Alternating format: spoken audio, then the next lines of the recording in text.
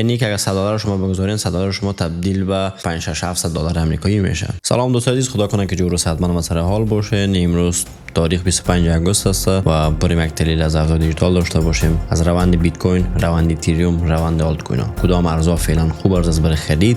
حالا شاید متوجه شده باشین که بیت کوین خیلی بالا رفت، اتریوم هم ETH زد، یعنی به سطح قیمتی تاریخی خود رسید. حالا کدام ارزهای دیگر را بخریم که بتونه سقف تاریخی خود ببینه و ما مثلا بالاتر از 200-300% فایده از او بگیریم. داخل از این ویدیو برای شما اخبار را تحلیل میکنیم، فاندامنتال ارزها را، در مورد اقتصاد آمریکا صحبت میکنیم و ارزهای پیشنهادی ما است که خودم میخرم برای خود، برای شما همچنان میگم در موردش. بعد شما خودتون تصمیم بگیرین که کدام ارز با چقدر پول میخواین وارد شوین. قبل از اینکه ویدیو رو استارت بزنیم حتما ویدیو رو لایک بکنین، با دوستانم شریک بسازین و یک کامنت هم نوشته بکنین کدام ارزهای را میخواین در آینده ما در موردش تحلیل داشته باشیم. خب قیمت بیت کوین امروز تاریخ 25 آگوست قیمت بیت کوین $1,11,000 آمریکایی است، اتریوم $4,600 آمریکایی است، $152 و BNB 857 است. سولانا که نزدیک به $200 آمریکایی است که 197 است و ترونیوم بنابه خود شکل میده و فیر اند گرید اگر ما بریم بررسی بکنیم فعلا نچرال است یا خنثی است، نه بازار ترسیده نه بازار فعلا طمع داره است. یعنی که فروشنده و خریدارا خنثی هستن، نه ترسیدن نه میخواین بخرن، یعنی نرمال هستن. اگر شما متوجه شده باشین وقتی ما در این بخش یا در بخش نرمال میرسیم شروع میکنه بازار روند بعدی خودش شروع میکنه، یعنی که یا بلند میریم مثبت یا که منفی میریم سرخ میشیم و سرخ شیم به یالتا میرسیم. ویدیو قبلی ما دیده باشین در این مناطق میگفتم که خرید بزنین به خاطر که روزهای سبز در راه است و قیمت بیت کوین 76,000 80,000 مقدار بود. خب حالا گذشته سال‌ها آینده را احتیاط بکنیم. بعدش اگر ما و شما بریم روندها را چک بکنیم و ببینیم که بازار به کدام سمت روان میشه، باید ما اقتصاد کلان رو بفهمیم. اقتصاد کلان آمریکا را باید بفهمیم که در بالای ویدیو شما در موردش خاط فهمیدین. فعلا ETF در حالت فروش بوده. مثلا بیشترین حجم بیت کوینی که سودا کرده بلک راک بوده، 68 میلیون 220 127 198 میلیون دلار سودا کرده. تاریخ 22 تا 25 دیگه چیز معلوم نیست، 23 24 25 هم که 23 24 شنبه یک شنبه بود. از اون خاطر اگر بریم اتریوم ببینیم که در این روزا چی کرده، در اتریوم 21 و 22 خرید زده، از اون پیش فروش زده، 233 میلیون خرید 109 میلیون. یعنی ای که بلک راک فعلا بیت کوین فروخته است و با جایش اتریوم خریدار است و این شاید هم اگه استراتژی کوتاه مدت باشه چون پول زیاد داره، نیاز به فروش از اون داره، ولی داخل بازار مالی هم قسم کار میشه. مثلا اول بیت کوین تیج میزنه، سرمایه‌دارا از اونجا که پول به دست آوردن اساسا شروع میکنن به فروش که سوابش بکنن به اتریوم، چون اتریوم جذاب‌تر است، سود زیادتر برای شما میده. بعدش از اتریوم تمامش میکنن میرن مثلا بالا آلت کوین های دیگه که در این ویدیو ما برای شما قرار است بگویم، میرن طرف از آلت کوین ها. وقتی او آلت کوین ها شروع میکنن به رشد و ETH میزنن، شروع میشه آلت کوین هایی که مارکت کپ پایین داره و وقتی که مارکت کپ پایین اونا پورا شد میره به طرف میم کوین ها و مثلا NFT ها و نمیفهم هر چیز دیگه میاد، چون وقت مردم پولدار است و همیشه وقتی مردم پولدار شد سرمایه گذاری میکنن و اونجا جای است که ما و شما دیگه باید از بازار اساسا خارج شویم. یعنی بازار سعودی یا نزولی هر کدومشون یک سرکل داره. بازار سعودی وقتی شروع میشه 3-4 سال زمان میبره، هم بازار نزولی شروع میشه 3-4 سال زمان میبره و تمام از این برمیخوره به فدرال رزرو آمریکا، چون قدرت اول فعلا آمریکا داره و خبرایی که از آمریکا میاد تمام بازار شور میده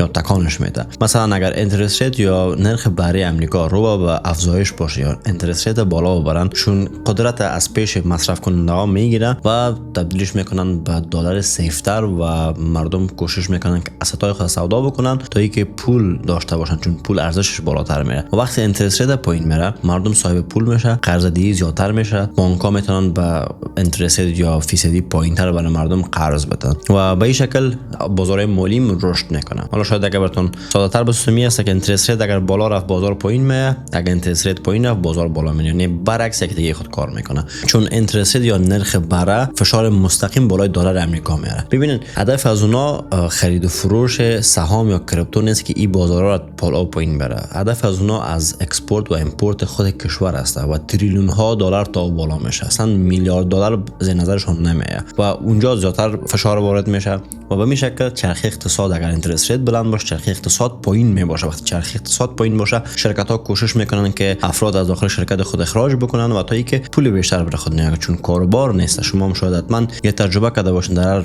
فیلد یا در هر بخشی که هستین. شما تجربه کردین بعض اوقات زمانی میاد که اصلا کارگرای خود از کارگاه میکشی به خاطر که دیگه نیاز برشون نداری، به خاطر که دیگه پول نیست، خریدار دیگه نیست و این وقت است که سیاست‌های انقباضی دولت‌ها شروع میشه و به شکل مستقیم یا غیر مستقیم بالای تمام تجارت‌ها یا تاثیر خود داره. پس اینجا می‌بینیم که بلک راک زیاتر اتریوم خریدار است، یعنی که به طرف آلت کوین سیزن ما نزدیک‌تر شده رسیم. ویدیوی قبلی هم در موردش گفته بودم که آلت کوین سیزن نزدیک است و همه چیز برای آلت کوین سیزن اوکی است. بیشترین فایده را اتریوم داده برای کلگی. بی ان بی از سولاناس که اینا اتریج زدن، دوج کوین نزده، کاردانو نزده، چین لینک نزده، هایپر لیکوید نزده. هایپر لیکوید نو می‌بینم اصطلاح سوی است، اتنا است، اتنا یو اس دی سی است، یو اس دی ای است، اولانچ است. یکی از خبرهای خوبی که برای اولانچ آمده ای است که گریسکل میخواد ETF اواکس بگیره. وقتی ETF اواکس بگیره و اینجا مثلا بعدش مثلا نه تنها گریسکل و دیگر هم اگر بگیره، بعدش اینجا به جای از اینکه بیت کوین، اتریوم، سولانا است، یک کوین دیگه هم اضافه میشه به نام اواکس و آمریکایی‌ها میتونن به شکل رسمی داخل اواکس سرمایه‌گذاری بکنن.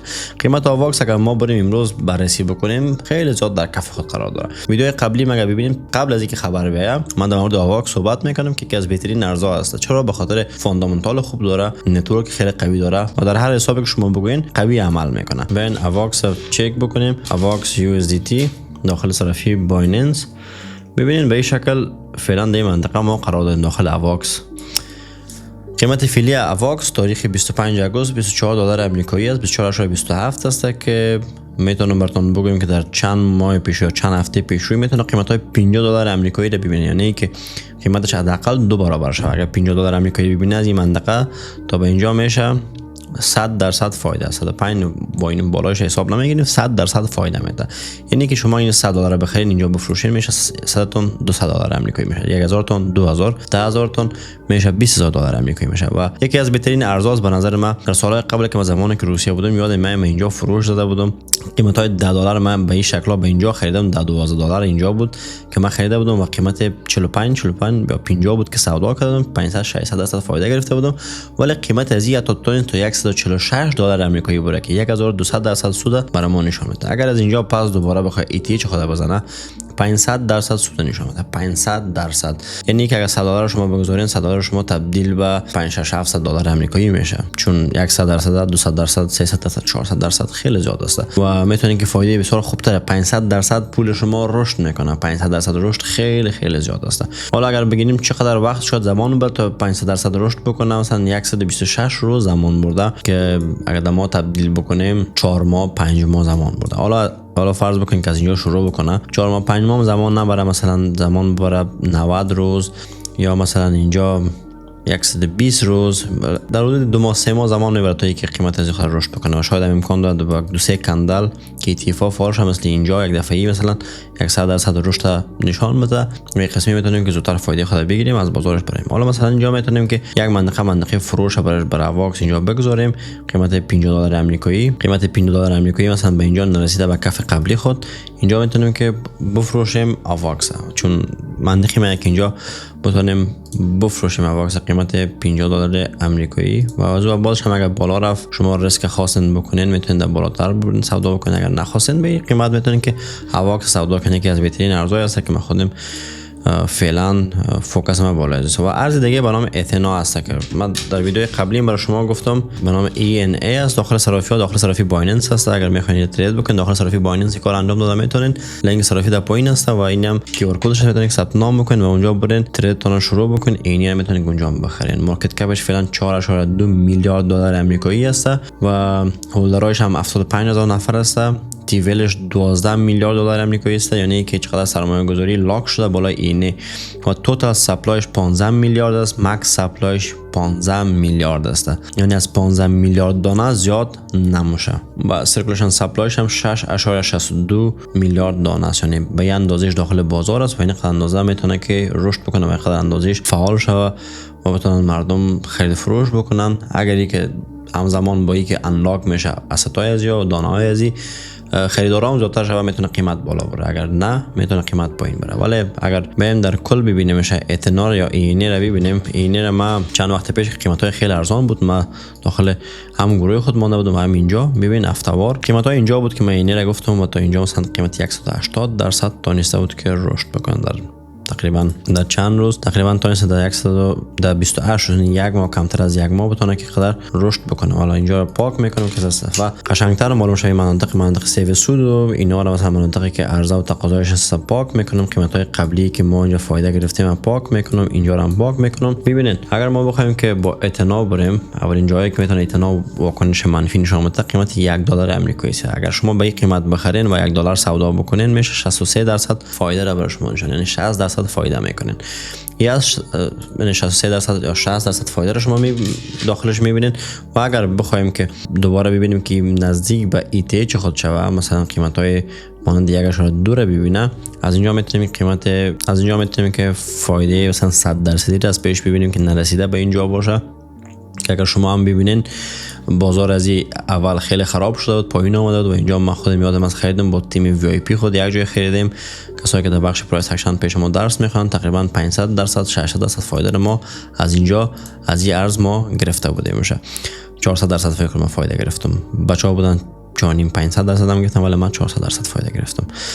حالا روند از آیا ادامه دار هست یا نه است، ما منتظر از هستیم که تایم فریم روزانه برای ما یک تاییدی اینجا قرار بده. اگر چه مثلا این کندلا برای ما کندلای تاییدی است و روند سودی نشان میده، تایم فریم های 4 ساعته مثلا اگر ما اینجا کندل تاییدی رو ببینیم که تا بالا من ندارستم، یک کندل پین بار یا این گلف بعدیش اینجا ببینم، تایم فریم روزانه میتونم که وارد شوم و قیمت های بالاتر همچون اولین که اینجا رو مثلا قیمت 85 و بالا 0.85 و بالا بشکنانه و بعدش بتونم قیمت 1.2 مثلا اینجا بهم سودا بکنم چی را اتناره. و یه ارزهای دیگه بود که برای شما خواستم بگم که ارزهای هست که واقعا ارزش سرمایه گذاری خود داره. و ارز کوین بیس اگر ببینید تایم فریم هفته‌وار فعلا دوباره کندلای سعودی زده رئیسته. مثلا این پین بار اگر امروز اگر کندل هفته‌وار از این بسته شوه و نشان دهنده رالی سعودی باشه که روانش بتونه بالا بره، میتونیم که اگر ETH بزنه میتونیم که ایتریوم هم ببینیم که ETH بزنه مثلا 40% دیگه بالا بره،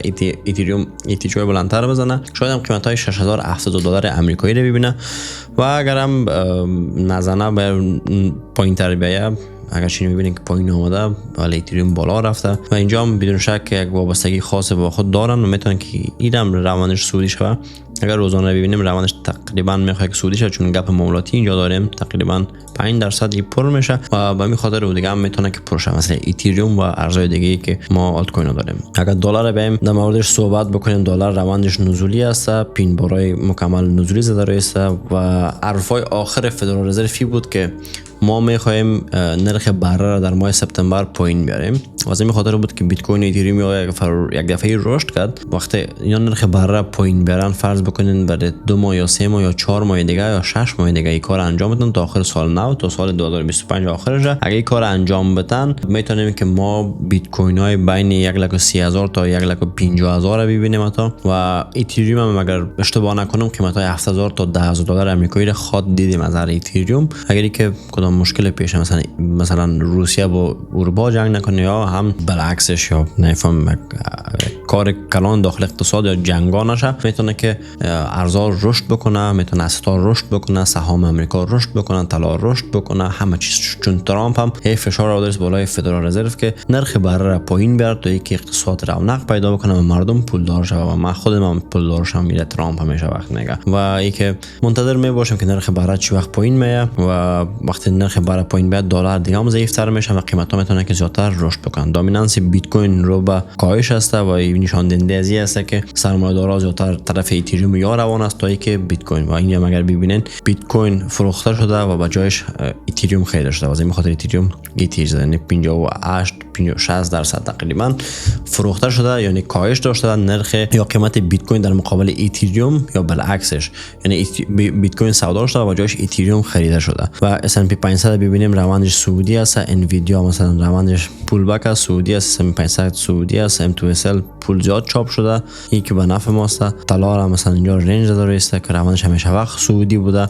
نزدیک اگر ببینیم روندش صعودی است، فقط یک چند کندل نزولی اینجا وصل شده. سولانا را ببینین ETF جدید زده $213 داخل بازار امریکا. همین ETF یا سولانا یک ندایه داخل ETF داخل بازار CME است. بیت کوین اگر ببینیم بیت کوین فعلا در منطقه تقاضای شدید قرار داشته. اینجا تونسته که فعلا پس دوباره واکنش نشون میده. واکنش تا کجا میتونه باشه؟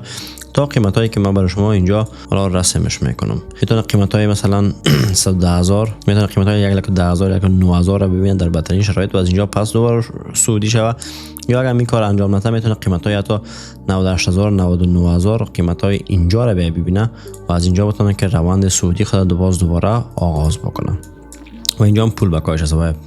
به نظر شخصی من که اینجا مثلا در منطقه تقاضا رسیده، از اینجا بتونه که تا این فریم روزانه یک کندل صعودی بسته کنه و بعدش ما بتونیم که روند صعودی زیادتر را ببینیم، به خاطر که نرخ بهره هم پایین میه و در مقابل وقتی نرخ بهره پایین میه بازارها صعودی میشه و یا شاید اینجا نرخ بهره بیایم که از نزولی تر شه و در این مناطق نرخ بهره بیه. حالا بریم ایتریوم چک بکنیم.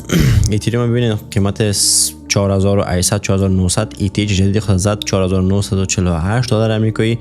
تا این فریم روز 4 ساعته اگر ببینیم اینجا فعلا منطقه ارزش از او خاطر بازار نوسان داره. اگر تا این فریم هفته‌وار رو ببینیم دقیقاً در منطقه قبلی خود در سقف قبلی خود قرار داره که از اینجا میتونه از واکنش نشون بده. تا کجا میتونه واکنش نشون بده؟ قیمتای مثلا 4000 4100 این مناطق میتونه که واکنش نشون بده اگری که همه چیز برش خراب باشه و در غیر صورت میتونه که بازارش صعودی و صعودی تر شوه. و اگر ببینیم ایتریوم برای لانگ ترم، حالا ببینید بسیار پرسان که بفروشیم و نفروشیم. ببینید من نمیتونم بگم شما سر دسترخوان شیشته نان میخورین و از من پرسان بکنین که من نان بخورم یا نخورم. واقعا مثلا چی سوال است؟ من برای شما نمیتونم گفته که آیا تو سیر شدی یا نشدی. خب جواب باید تو بدی، خودت جواب بدی. یعنی اینکه همه قدر فایده برای تو کافی است یا میخوای که زیادتر فایده بگیری؟ زیادتر نگاه بکنی، ریسک هم در گردن بگیری. میتونه قیمت پایینتر بیاد، میتونه قیمت تا 1800 شوه، کس نمیفهمه. ولی اگر این کار شوه طاقت داری خوب، اگر نداری سیو سود بکن. حالا مثلا تو نمیتونی پیدا که نفر را که دینی قیمت اینجا خریده باشه 2122 بعد آماده باشه در قیمت 4960 که در ایتیج بوده اینجا آماده باشه و فروخته باشه. هیچ کس پیدا کرده شما نمیتونین، به خاطر که قسم امکان نداره. وقتی شما اینجا خریدین مثلا قیمت ویدیو ما را دیده باشین قیمت های 2000 زیر 2800 اینجا که خریده باشه شما قیمت 200% فایده هستین. میتونه یک منطقه خوب سیو سود برای شما باشه. ما تو مثلا در قیمت های پوینتر 3600 اینجا ما سیو سود کردم تقریبا چند 34-35% فایده را نتونستم که از بازار بگیرم.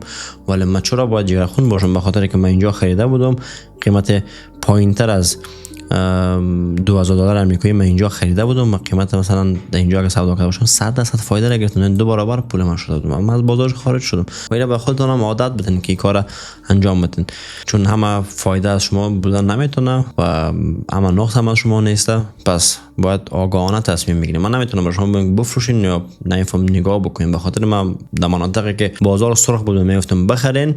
کسایی که خریدن این رو فایده هستن. این که شما چقدر غذا میخورین و سیر میشین، شما چقدر پول نیاز دارین تا جیبتون پر شوه، این بستگی به خود شما داره. و امیدوار هستم که جیبتون پر از پول باشه، صحت کامل داشته باشین و تشکر از اینکه همراه ما هستین و ما را حمایت دارین. اگر از این ویدیو زیادتر میخواین حتما کانال ما را با دوستاتون شریک بسازین، سابسکرایب داشته باشین و این ویدیو را لایک بکنین. الله حافظ، نگهدار همه شما.